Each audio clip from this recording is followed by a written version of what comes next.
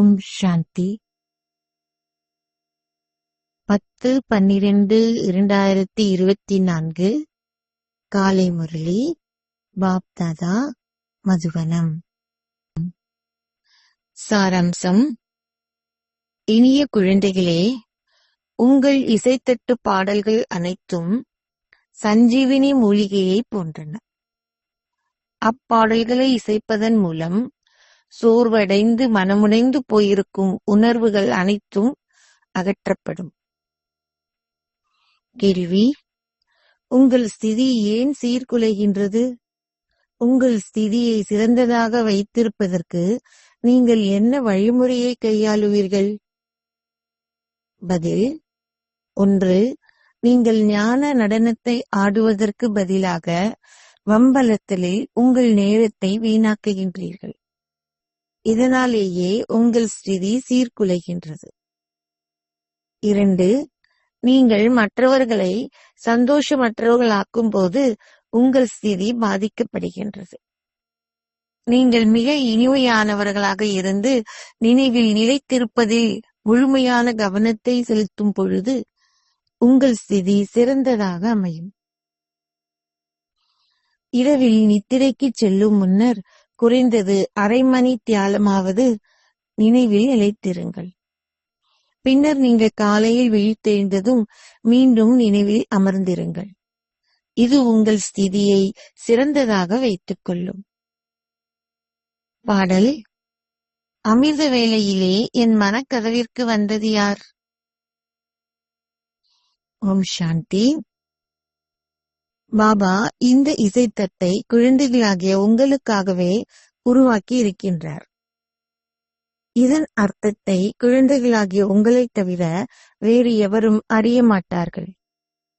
உங்கள் வீடுகளிலே நீங்கள் இத்தகைய சிறந்த இசைத்தட்டுக்களை வைத்திருக்க வேண்டும் என பாபா பல தடவைகள் உங்களுக்கு கூறியிருக்கின்றார். பின்னர் நீங்கள் சோர்வடையும் போது அந்த இசைத்தட்டுகளை நீங்கள் மீண்டும் இசைக்கும் போது அதன் அர்த்தம் உங்கள் புத்தியில் உடனடியாக புகுவதனால் நீங்கள் சோர்வடைய மாட்டீர்கள். இந்த இசைத்தட்டுக்கள் உயிர் கொடுக்கும் மூலிகையை போன்றன. பாபா வழிகாட்டல்களை கொடுத்த போதிலும் நீங்கள் அவற்றை நடைமுறையில் இட வேண்டும். எனது உங்களது அனைவரின் மனதினில் வந்தவர் யார் என்று பாடியவர் யார்? வந்தவர் யார்?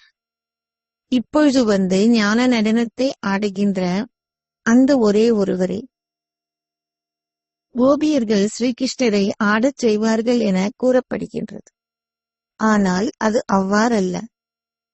பாபா இப்பொழுது கூறுகின்றார், ஓ சாலிகிராமம் குழந்தைகளே, அவர் இதனை அனைவருக்கும் கூறுகின்றார். பாடசாலையானது கல்வி கற்கப்படும் ஓர் இடமாகும். இதுவும் ஒரு பாடசாலையே. நீங்கள் யாரை உங்கள் இதயத்தில் வைத்துக் கொள்ள வேண்டும் என்று குழந்தைகளாகிய உங்களுக்கு தெரியும். இந்த விடயங்கள் வேறு எந்த ஒரு மனிதரின் புத்தியிலும் இல்லை. இந்த நேரத்தில் மாத்திரமே குழந்தைகளாகிய நீங்கள் அவரை நினைவு செய்கின்றீர்கள். வேறு எவருமே அவரை நினைவு செய்வதில்லை. தந்தை கூறுகின்றார், ஒவ்வொரு நாளும் என்னை நினைவு செய்யுங்கள். அப்பொழுது உங்களால் ஞானத்தை மிக நன்றாக கிரகிக்க முடியும். நான் உங்களுக்கு கொடுக்கும் வழிகாட்டலுக்கு ஏற்ப நீங்கள் என்னை நினைவு செய்வதில்லை. என்னை நினைவு செய்வதற்கு மாயை உங்களை அனுமதிப்பதில்லை. நீங்கள் எனது கட்டளைகளை சொற்ப அளவே பின்பற்றுகின்றீர்கள். ஆனால் நீங்கள் மாயையின் வழிகாட்டல்களையே பெருமளவு பின்பற்றுகின்றீர்கள்.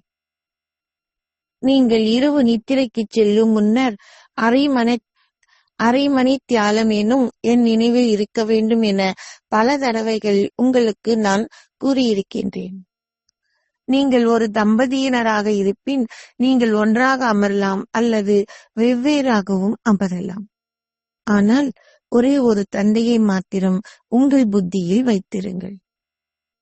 எவ்வாறாயிலும் நீங்களும் பாபாவை மிக அரிதாகவே நினைவு செய்கின்றீர்கள். மாயை உங்களை மறக்கச் செய்கின்றாள்.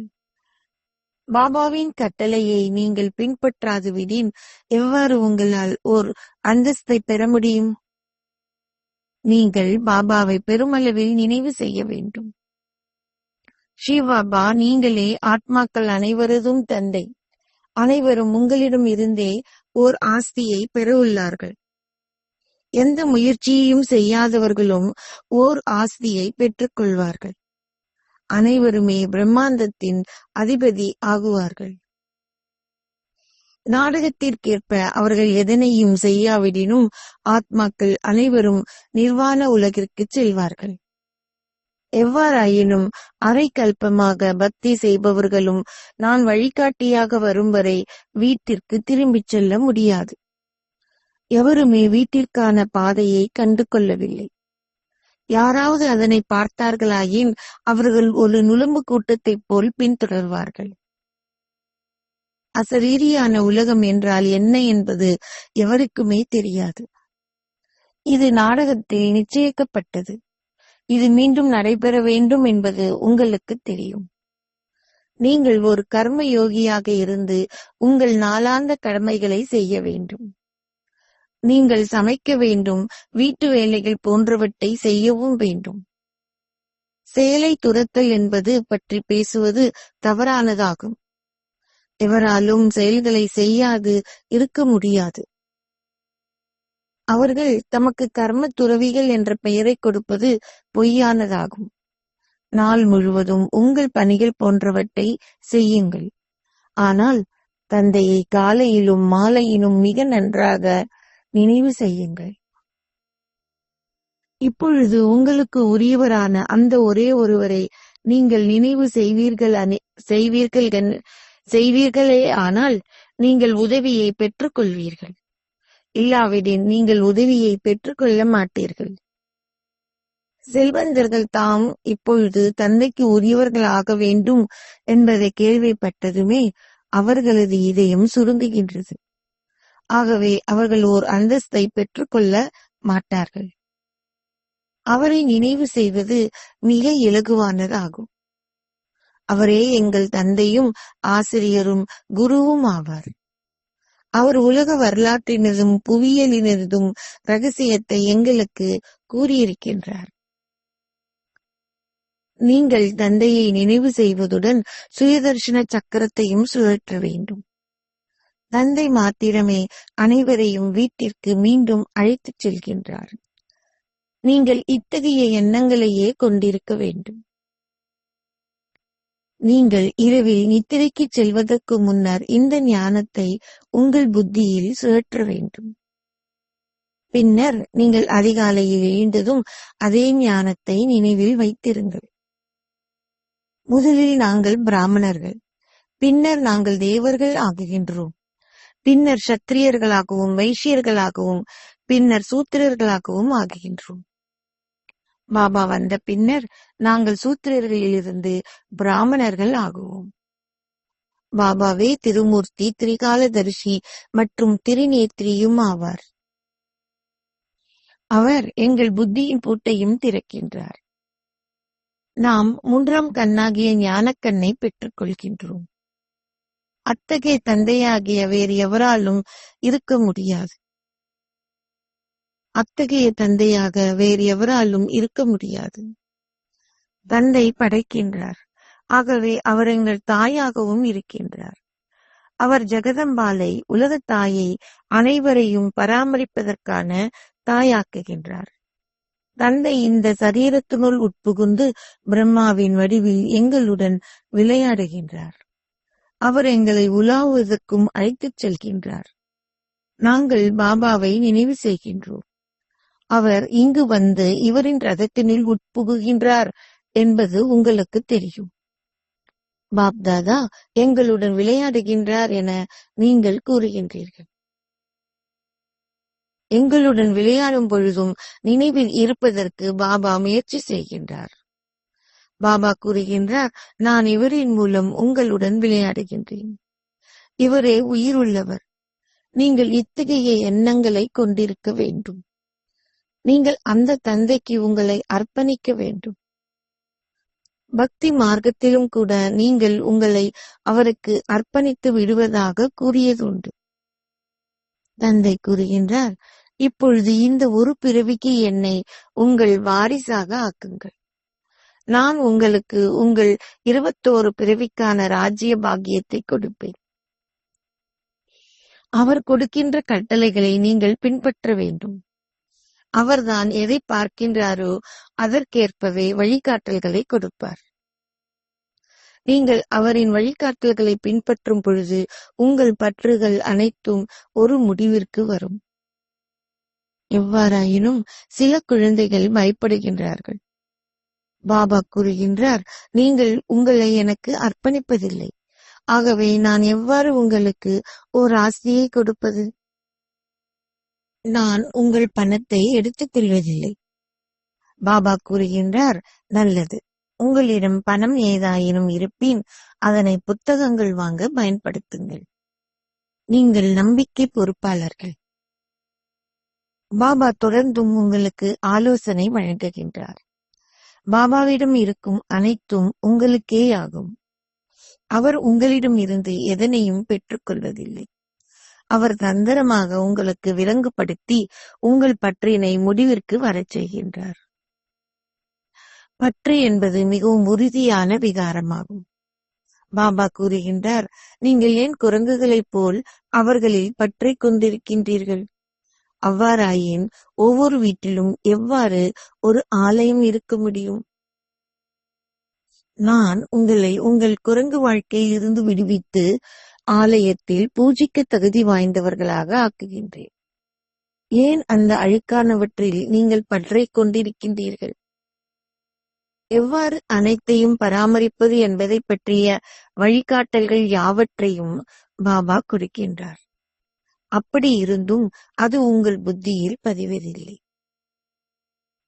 அவை அனைத்தையும் அறிந்து கொள்வதற்கு நீங்கள் உங்கள் புத்தியை பயன்படுத்த வேண்டும். பாபாவுடன் எவ்வாறு அமிர்த வேளையில் பேச வேண்டும் என்பதை பற்றிய ஆலோசனையையும் பாபா உங்களுக்கு கூறுகின்றார். பாபா, எங்கள் எல்லையற்ற தந்தையும் ஆசிரியரும் நீங்களே. உங்களால் மாத்திரமே உலகின் எல்லையற்ற வரலாற்றினையும் புவியியலையும் கூற முடியும். உலகில் இருக்கின்ற வேறு எவருக்குமே லட்சுமி நாராயணனின் 84 பிறவி கதை தெரியாது.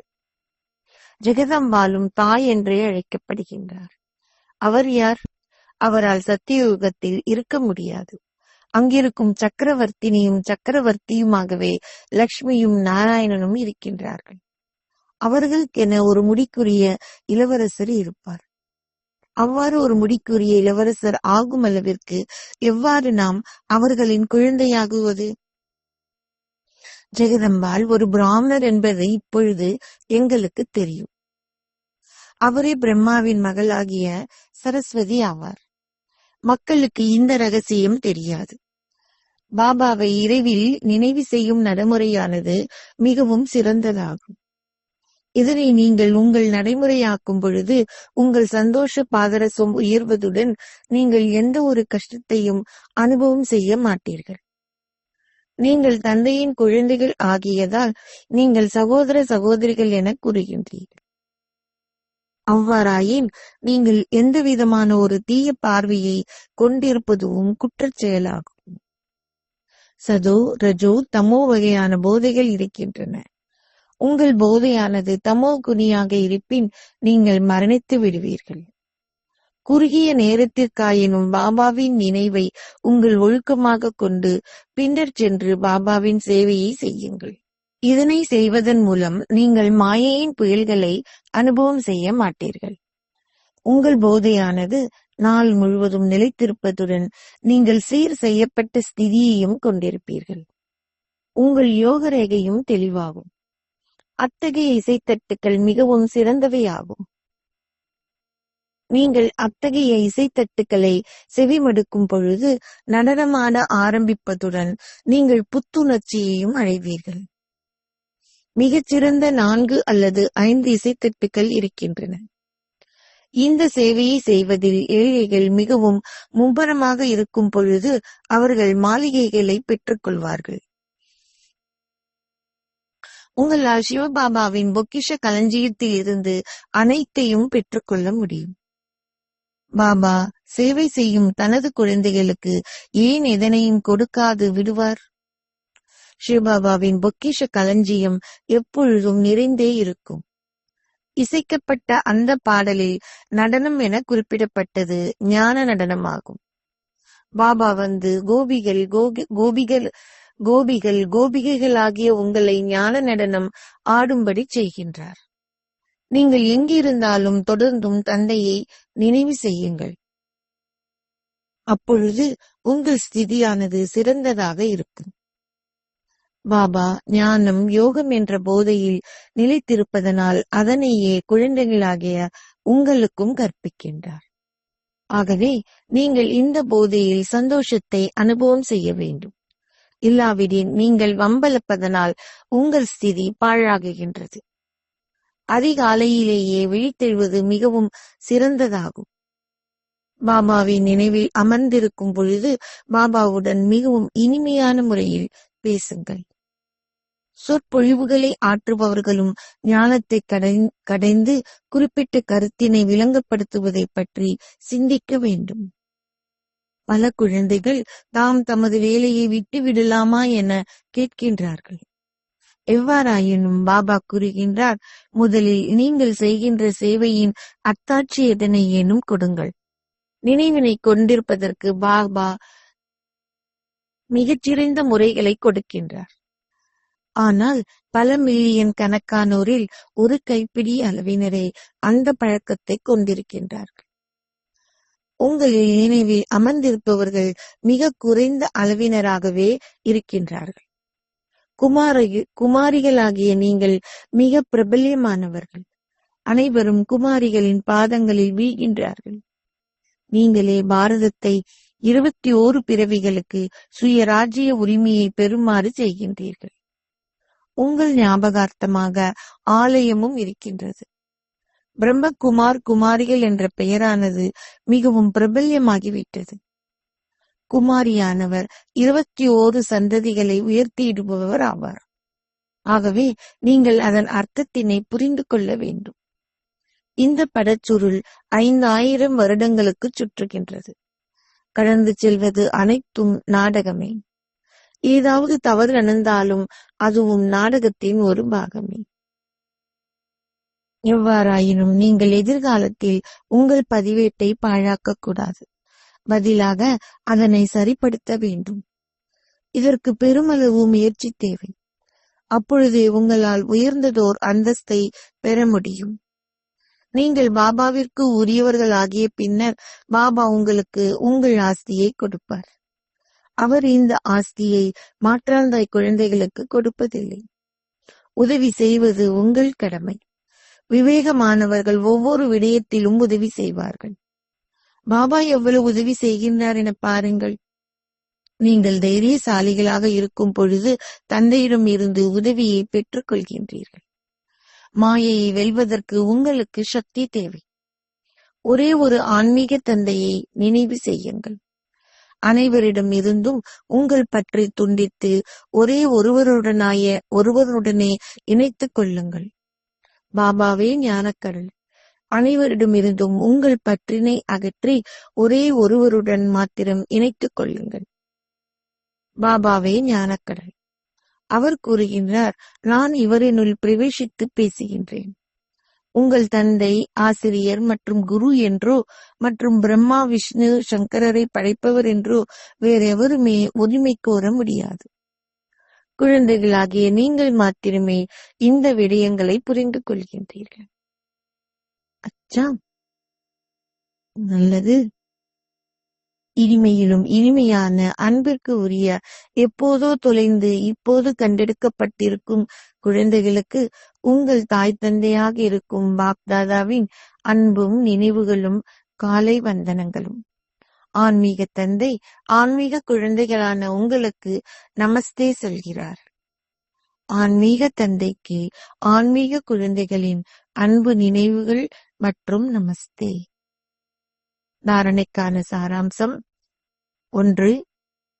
பழைய குப்பைகள் மீதுள்ள உங்கள் பற்று அனைத்தையும் அகற்றுங்கள். தந்தையின் வழிகாட்டல்களை பின்பற்றி உங்கள் பற்றை முடித்து விடுங்கள். ஒரு நம்பிக்கை பொறுப்பாளராக வாழுங்கள். 2. இந்த இறுதி பிறவியிலேயே கடவுளை உங்கள் வாரிசு ஆக்கி அவரிடம் உங்களை அர்ப்பணித்தால் மாத்திரமே நீங்கள் 21 பிறவிகளுக்கான உங்கள் ராஜ்ய பாக்கியத்தை பெறுவீர்கள். தந்தையை நினைவு செய்து சேவை செய்யுங்கள். உங்கள் போதையை பேணுவதுடன் உங்கள் பதிவேடு சீர்குலையாத வகையில் அதில் கவனம் செலுத்துங்கள். ஆசீர்வாதம். நீங்கள் ஒரு பரோபகாரமான சேவையாளராகி அதீந்திரிய சுகம் என்ற ரூபத்தில் அதன் உடனடி பலனை அனுபவம் செய்வீர்களாக. நீங்கள் ஒரு பரோபகாரமான சேவையாளராகி அதீந்திரிய சுகம் என்ற ரூபத்தில் அதன் உடனடி பலனை அனுபவம் செய்வீர்களாக. சங்கம யுகத்தில் நீங்கள் செய்த செயல்களின் பலனை சத்தியுகத்தில் பெறுவீர்கள். ஆனால் இங்கே தந்தைக்கு சொந்தமாக இருக்கும் ஆஸ்தியின் நடைமுறையான உடனடி பலனை நீங்கள் பெறுவீர்கள். நீங்கள் சேவை செய்யும் போது அதற்கான சந்தோஷத்தையும் பெறுகிறீர்கள். நினைவில் இருந்து தன்னலமற்ற சேவை செய்பவர்கள் நிச்சயமாக அந்த சேவைக்கான நடைமுறையான உடனடி பலனை பெறுகிறார்கள். நடைமுறையான உடனடி பலன் என்பது உங்களை என்றும் ஆரோக்கியமானவர்கள் ஆக்கும் புதிய பழமாகும். யோகியுக்தி நிலையில் இருந்த வண்ணம் மிக சரியான சேவை செய்வதன் மூலம் சந்தோஷம், அதீந்திரிய சுகம் மற்றும் லேசாகவும் ஒலியாகவும் இருக்கும் அனுபவத்தை பெறுவதும் ஆகும். ஸ்லோகம். விசேடமான ஆத்மா என்பவர் தனது நடத்தையின் ஊடாக ஆன்மீக ராஜரீகத்தின் பிரகாசித்தனதும் போதையினதும் அனுபவத்தை கொடுப்பவர் ஆவார். விசேடமான ஆத்மா என்பவர் தனது நடத்தையின் ஊடாக ஆன்மீக ராஜரீகத்தின் பிரகாசித்தனதும் போதையினதும் அனுபவத்தை கொடுப்பவர் ஆவார். ஓம் சாந்தி.